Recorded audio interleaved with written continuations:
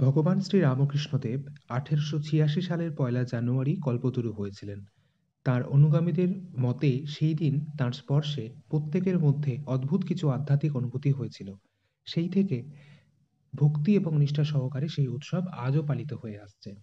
তাই আজকের ভিডিওটির মাধ্যমে আমি আপনাদের সামনে তুলে ধরছি ঠাকুরের পঞ্চোপচারে পুজোর মন্ত্র। পঞ্চোপচারের প্রথম উপাচার হলো গন্ধ। গন্ধ নিবেদন করার সময় বলতে হবে ওং ঐং এষ গন্ধ সর্বদেবদেবী স্বরূপায় শ্রীরামকৃষ্ণায় নমঃ। এরপর পুষ্প নিবেদন করার সময় বলবেন ওং ঐং ইদং সচন্দন পুষ্পং সর্বদেবদেবী স্বরূপায় শ্রীরামকৃষ্ণায় নমঃ। এরপর ধূপ নিবেদন করার সময় বলবেন ওং ঐং এষ ধূপ সর্ব দেবদেবী স্বরূপায় শ্রীরামকৃষ্ণায় নমঃ। এরপর দীপ নিবেদন করার সময় বলবেন ওং ঐং এষ দীপ সর্বদেবদেবী স্বরূপায় শ্রীরামকৃষ্ণায় নমঃ।